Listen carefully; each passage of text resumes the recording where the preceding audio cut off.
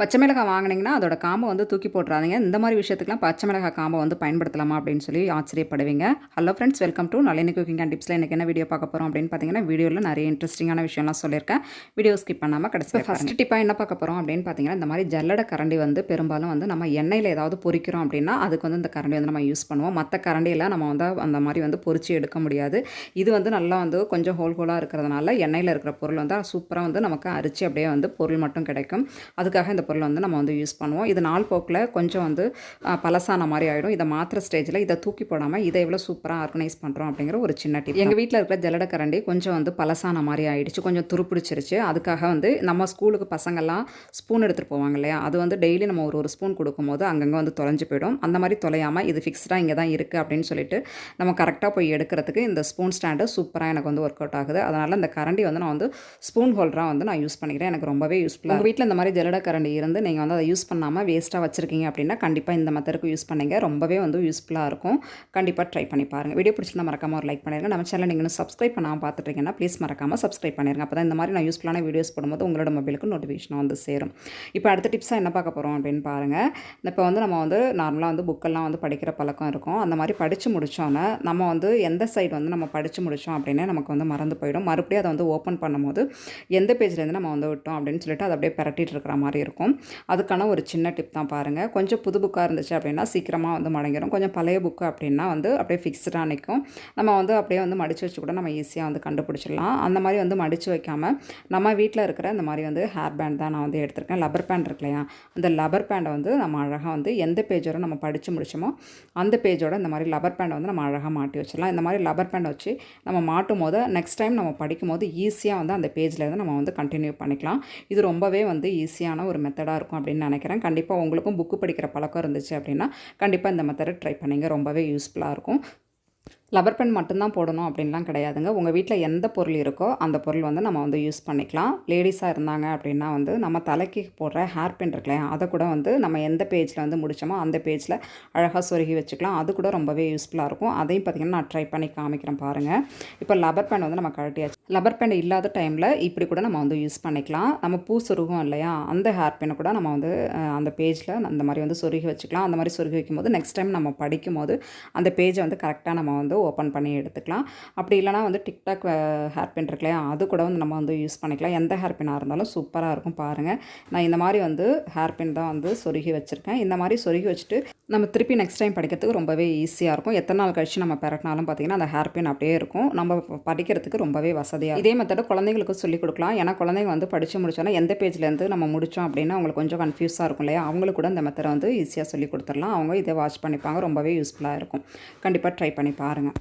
Video பிடிச்சிருந்தா மறக்காமல் ஒரு லைக் பண்ணிடுங்க. இப்போ நெக்ஸ்ட் டிப்பாக என்ன பார்க்க போகிறோம் அப்படின்னு பார்த்தீங்கன்னா, நம்ம பச்சை மிளகாய் வாங்கினோன்னே இந்த மாதிரி வந்து காம்பெல்லாம் வந்து நம்ம வந்து எடுத்துகிட்டு தான் நம்ம வந்து ஸ்டோர் பண்ணி வைக்குவோம். இந்த மாதிரி இப்போ காம்பை வந்து நம்ம எடுத்துகிட்டு வைக்கும்போது அந்த பச்சை மிளகாய் வந்து எத்தனை நாள் ஆனாலுமே நல்லா ஃப்ரெஷ்ஷாக வந்து பச்சையாக வந்து சூப்பராக அழுகி போகாமல் நமக்கு இருக்கும். ஃபஸ்ட் டிப்பாக வந்து அது கூட நம்ம வந்து இந்த மாதிரி யூஸ் பண்ணிக்கலாம். செகண்ட் டிப்பாக என்ன பார்க்க போகிறோம் அப்படின்னு பார்த்தீங்கன்னா, இந்த பச்சை மிளகாயோட காம்பை வந்து நம்ம தூக்கி வீசாமல் இந்த மாதிரி விஷயங்களுக்கெல்லாம் கூட பயன்படுத்தலாமா அப்படின்னு ஷாக்காவிங்க ஃப்ரெண்ட்ஸ். ஏதாவது இந்த மாதிரி வந்து ஒரு பாக்ஸ் எடுத்துக்கோங்க. நான் வந்து இன்றைக்கி ஹோட்டலில் வந்து பார்சல் வாங்கிட்டு வந்தது தான் நான் அந்த பாக்ஸ் வந்து எடுத்திருக்கேன். இந்த பாக்ஸை வந்து நம்ம தூக்கி வீசாமல் இந்த மாதிரி விஷயங்களுக்கெல்லாம் கூட நம்ம வந்து பயன்படுத்திக்கலாம். இந்த மாதிரி க்ளோஸ்டாக வந்து நமக்கு பாக்ஸ் கிடச்சிச்சு அப்படின்னா இந்த மாதிரி வந்து ஒரு பாக்ஸை எடுத்துக்கோங்க. இதில் வந்து அந்த பச்சை மிளகாயோட காம்பெல்லாம் வந்து நம்ம ஒரு டப்பாவில் வந்து நம்ம வந்து கலெக்ட் பண்ணி வச்சுக்கலாம். அதே மாதிரி பச்சை மிளகாயும் தனியாக எடுத்து வச்சுக்கலாம். இந்த மாதிரி வைக்கும்போது இதை நம்ம க்ளோஸ் பண்ணி ஃப்ரிட்ஜில் வைக்கும்போது வந்து ரொம்ப நாளைக்கு வந்து அழுகாமல் கெட்டு போகாமல் இருக்கும். அதுவும் நம்ம காம்போட வைக்கும்போது சீக்கிரமாக அழுகி போயிடும். கண்டிப்பாக ட்ரை பண்ணி பாருங்கள். இப்போ வந்து இந்த பச்சை மிளகாயோட காம்பெல்லாம் கலெக்ட் பண்ணி வச்சுருக்கோம் இல்லையா ஒரு பாக்ஸில், அதில் வந்து ஒரு டம்ளர் தண்ணி இந்த மாதிரி சேர்த்துக்கோங்க. தண்ணி சேர்த்ததுக்கு அப்புறமா இதை என்ன பண்ண போகிறோம்னா ஒரு நைட்டு ஃபுல்லாகவே இதை க்ளோஸ் பண்ணி அப்படியே வச்சிட போகிறோம். அந்த பச்சை மிளகாவோட காம்பில் இருக்கிற அந்த எசன்ஸ் ஃபுல்லாகவே அந்த தண்ணியில் இறங்கிடும். மறுநாள் காலையில் இதை ஓப்பன் பண்ணி பார்க்கலாம். பாக்ஸை வந்து உடனே ஓப்பன் பண்ணாமல் அப்படியே க்ளோஸ்டாகவே நம்ம அழகாக வந்து நல்லா கலக்கிடலாம். ஒரு டைம் கலக்கினதுக்கு அப்புறமா பாக்ஸை வந்து நம்ம ஓப்பன் பண்ணி பார்த்துக்கலாம். பார்த்தோன்னே நம்ம வந்து ஒரு டம்ளர் வச்சு அழகாக அந்த தண்ணி ஃபுல்லாகவே ஒரு பாத்திரத்தில் நல்லா வந்து வடிகட்டி எடுத்துக்கலாம். நான் வந்து இன்றைக்கி ஒரு டம்ளரில் தான் அழகாக வந்து வடிகட்டி எடுத்துக்கிறேன்.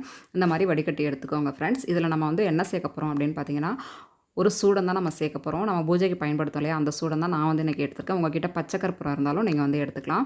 நான் வந்து நார்மலாக வந்து நம்ம பூஜைக்கு பயன்படுத்துகிற இந்த கற்பூரத்தை தான் நல்லா வந்து பவுடர் ஃபார்மில் நுணுக்கி இந்த மாதிரி வந்து இந்த தண்ணியில் சேர்த்தாச்சு. இது கூடவே வந்து ஒரு டீஸ்பூன் அளவுக்கு வினிகரையும் நான் வந்து சேர்த்துக்கிறேன்.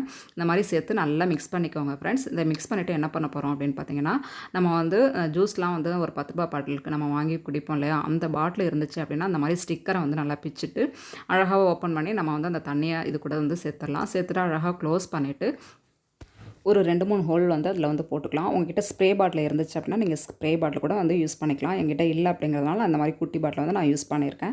இதை நல்லா க்ளோஸ் பண்ணிவிட்டு நம்ம எங்கெல்லாம் வந்து பள்ளி கரப்பான் இருக்குன்னு நினைக்கிறோமோ அந்த இடத்துலலாம் அழகாக வந்து ஸ்ப்ரே பண்ணி விட்டுடலாம். இதில் ஒரு 2, 3 ஓட்டை வந்து நம்ம வந்து போட்டுக்கலாம். கொஞ்சம் பாட்டில் அழுத்தமாக இருக்குது, அதனால் வந்து கொஞ்சம் ஹோல் விடுறது கொஞ்சம் கஷ்டமாக இருக்குது.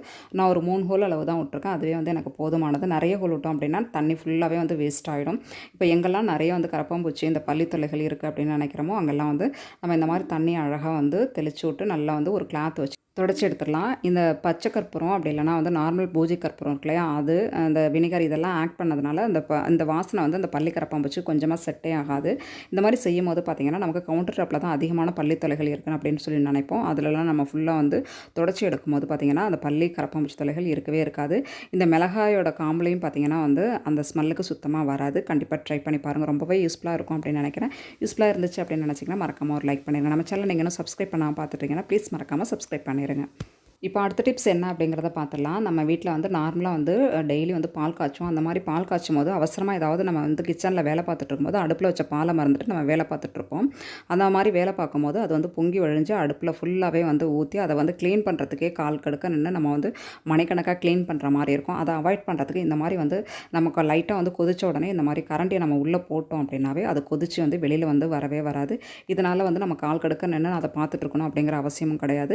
கீழே வந்து பொங்கி வழிஞ்சு ஊற்றி நம்ம மணிக்கணக்காக வந்து அடுப்பை க்ளீன் பண்ணணும் அப்படிங்கிற வேலையும் நமக்கு மிச்சமாக இருக்கும் ஃப்ரெண்ட்ஸ். கண்டிப்பாக வந்து இந்த மெத்தடை வந்து ட்ரை பண்ணி பாருங்கள். நீங்கள் பாலை ஊற்றி அடுப்பில் வச்ச உடனே நம்ம கரண்டியை உள்ளே போட்டாலும் ஓகே தான். அப்படி இல்லைனா பொங்குற டைமில் நம்ம உள்ளே போட்டாலும் பார்த்திங்கன்னா ரொம்பவே வந்து யூஸ்ஃபுல்லாக இருக்கும். கண்டிப்பாக ட்ரை பண்ணி பாருங்கள்.